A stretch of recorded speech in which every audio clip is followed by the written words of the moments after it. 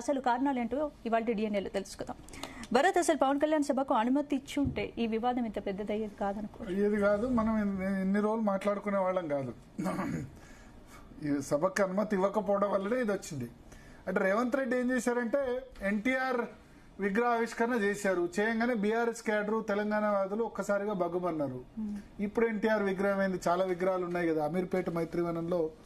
అంటే ఆయన జూబ్లీస్ ఎన్నికల సందర్భంగా ఎవరు అడ్డుకుంటారో చూస్తా ఎన్టీఆర్ విగ్రహం ఆవిష్కరిస్తా అని చెప్పి కమ్మ కుల ఓట్ల కోసం చెప్పారు. ఎన్టీఆర్ కు తెలంగాణలో చాలా విగ్రహాలు ఉన్నాయి, కొత్తగా ఆవిష్కరించాల్సిన అదేం లేదు. బట్ ఆవిష్కరించినా తప్పేం లేదు.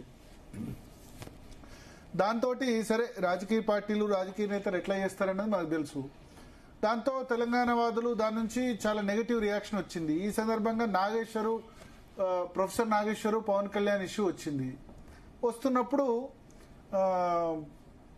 అదే సందర్భంలో పవన్ కళ్యాణ్ టాపిక్ రావడం, ప్రెస్ మీట్ పెట్టి పవన్ కళ్యాణ్ కొద్దిమంది తిట్టడంతో ఆయన ఇక్కడ సాధకులతో ఇక్కడ సభ జూన్ 2న పెడతా అని చెప్పిన వెంటనే రేవంత్ రెడ్డికి సడన్ గా ఐడియా వచ్చింది. ఏంటంటే సరే ఈ విషయంలో మనకు నెగటివ్ వచ్చింది తెలంగాణ వాదుల నుంచి, ఈ సభను గనక ఆపితే గనక ప్లస్ అవుతుంది. అంటే నేను ఆపిన వాడిని అయితే తెలంగాణ వాదుల దృష్టిలో ఇక్కడ పవన్ కళ్యాణ్ ని ఆపిన వాడిని అయితే అన్న ఉద్దేశంతో ఆయన పోలీసులకు చెప్పి సభ ఆపేయించారు.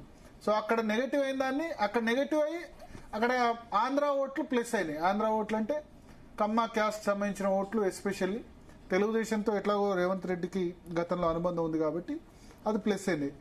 దాన్ని ఇక్కడ బ్యాలెన్స్ చేసేందుకోసం పవన్ కళ్యాణ్ సేమ్ టైం ఆయన ఎన్డీఏ పార్ట్నర్ కాబట్టి అక్కడ ఆయన అడ్డుకున్నట్టు అక్కడ కాంగ్రెస్ హైకమాండ్ కూడా భావించాలన్న ఉద్దేశంతో ఆపేశారు. పొన్నం ప్రభాకర్ చెప్పి ఆయన దిట్టిచ్చారు. సో అది కాస్త పవన్ కళ్యాణ్ ఆ విధంగా అనుమతి ఇవ్వకపోతే రారనుకున్నారు. కానీ హైదరాబాద్ వచ్చి ఆయన ప్రెస్ మీట్ పెట్టి, మీరు ఇంట్లో ప్రెస్ మీట్ పెట్టి ఆయన తిట్టిపోయినారు. సో ఇది ఎక్కడో స్టార్ట్ అయ్యి ఎక్కడో ప్రొఫెసర్ నాగేశ్వర్ ఏదో విశ్లేషిస్తే అది పోయి కాస్త తెలంగాణకు చుట్టుకుంది. అంతేనా? దీనిలో తెలంగాణ ఆంధ్ర ఏమైనా ఉందా? ప్రొఫెసర్ నాగేశ్వర్ విశ్లేషించిన దానిలో అమిత్ షా పవన్ కళ్యాణ్ మీటింగ్ అంటే అది వచ్చి తెలంగాణకు చుట్టుకుంది. దీనిలో అసలు తెలంగాణకు సంబంధం ఏంది? నేను ఇంతకుముందే చెప్పా, ఇక్కడ సోమాజిగూడ ప్రెస్ క్లబ్లో ఏదో మీటింగ్ జరిగితే చెప్పాను. ఏంటంటే అసలు తెలంగాణకు ప్రొఫెసర్ నాగేశ్వర్ అమిత్ షా మీద పవన్ కళ్యాణ్ మీద విశ్లేషణకు సంబంధం ఏంది? ఆయన మాట్లాడితే గనక ఒకవేళ ఆయన మీద కేసు పెడితే జర్నలిస్ట్గా ప్రొటెక్ట్ చేయాలి. జర్నలిస్టులు అందరూ జర్నలిస్ట్ మీద ఇట్లా మీరు కేసు పెడతారని ప్రొటెక్ట్ చేయాలి. తెలంగాణ వాడు ప్రొఫెసర్ నాగేశ్వర్ కాబట్టి ఆయన మీద కేసు పెట్టకూడదు, తెలంగాణ కుట్రను ఛేదిద్దాం, సీమాంధ్ర కుట్రను ఛేదిద్దాం అంటే ఆయన వెళ్ళి ఆంధ్రప్రదేశ్ పాలిటిక్స్ మీద విశ్లేషణ చేసినప్పుడు అది తెలంగాణ దాని కింద ఎట్లా వస్తుంది? నేను ట్రంప్ మీద విశ్లేషణ చేస్తే నన్ను ఎందుకంటే ట్రంప్ ప్రభుత్వం ఏంటంటే సోషల్ మీడియాలో ఎవరైనా నెగటివ్ కామెంట్ పెడితే వాళ్ళకి వీసాలు రిజెక్ట్ చేస్తుంది. ఈయన తెలంగాణ వ్యక్తి కాబట్టి నువ్వు విశ్లేషణ అజ్జేశాడని అంటారా? ట్రంప్ కాదు కదా.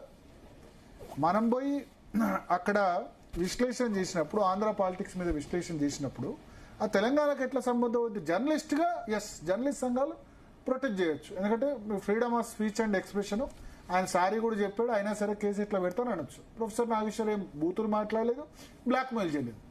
బూతులు మాట్లాడిన వాళ్ళు, బ్లాక్మెయిల్ చేసిన వాళ్ళు చాలా సేఫ్గా ఉన్నారు. కానీ జర్నలిస్ట్ అని కాకుండా తెలంగాణ వాది అని రావడం వల్ల ఇక్కడ దాకా ఇష్యూ వచ్చింది. తెలంగాణ వాది కాకుండా తెలంగాణకి ఇక్కడ అన్యాయం. తెలంగాణ జర్నలిస్ట్ అరెస్ట్ చేస్తారు. తెలంగాణ జర్నలిస్ట్ పోయి ఆంధ్రాలో పుల్ల పెడితే అరెస్ట్ చేయకుండా ఏం చేస్తారు?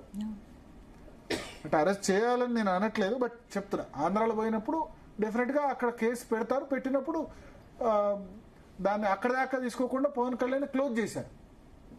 కేసు పెట్టడం కూడా తప్పే. ఎందుకంటే ఆయన విశ్లేషించింది ఒక ఇద్దరి మధ్య జరిగిన మీటింగ్ను చాలా మంది చాలా రకాలుగా విశ్లేషించారు. టీడీపీ అనుకూల ఛానల్స్ కూడా జగన్ ప్రధానమంత్రి మీటింగ్ జరిగితే ఏదేదో చెప్తాయి, అంతే కదా.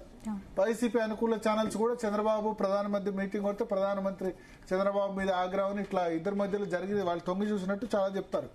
సో అట్లా చాలా జరిగాయి. సో ఇది ఎక్కడికో పోయి మధ్యలో తెలంగాణకు అంటుకుంది. గాలికోయే కంప దేనికో అంటుకుంది అన్నట్టు ఆ సామెత ఏదో ఉంది, అది ఇక్కడ దాకా వచ్చింది. అనవసరమైన ఇష్యూ. 12 సంవత్సరాల తెలంగాణ ఏర్పడిన తర్వాత ఇటువంటి ఇష్యూస్ రాకూడదు.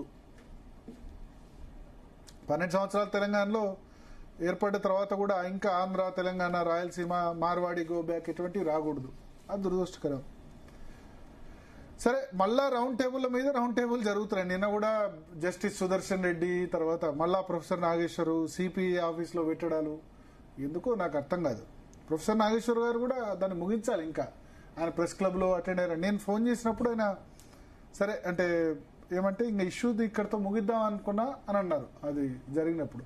కానీ ఆ తర్వాత కూడా ప్రెస్ క్లబ్లో మాట్లాడారు, తర్వాత నిన్న సిపిఐ ఆఫీస్లో కూడా మాట్లాడారు. సో ఇక్కడితో ముగిస్తే మంచిది. ఇంకా అది మంచిది కాదు కదా, 2 రాష్ట్రాలకు ప్రజలకు కూడా మంచిది కాదు కదా. మనం ముగిద్దాం అనుకున్నా సోషల్ మీడియాలో ముగిస్తలేరు. నేను నిన్న ఇవాళ లాస్ట్గా ఈ టాపిక్ మీద డిబేట్ అనుకున్నా, బట్ సోషల్ మీడియాలో ఇంకా చర్చ జరుగుతుంది. సో మాట్లాడదాం.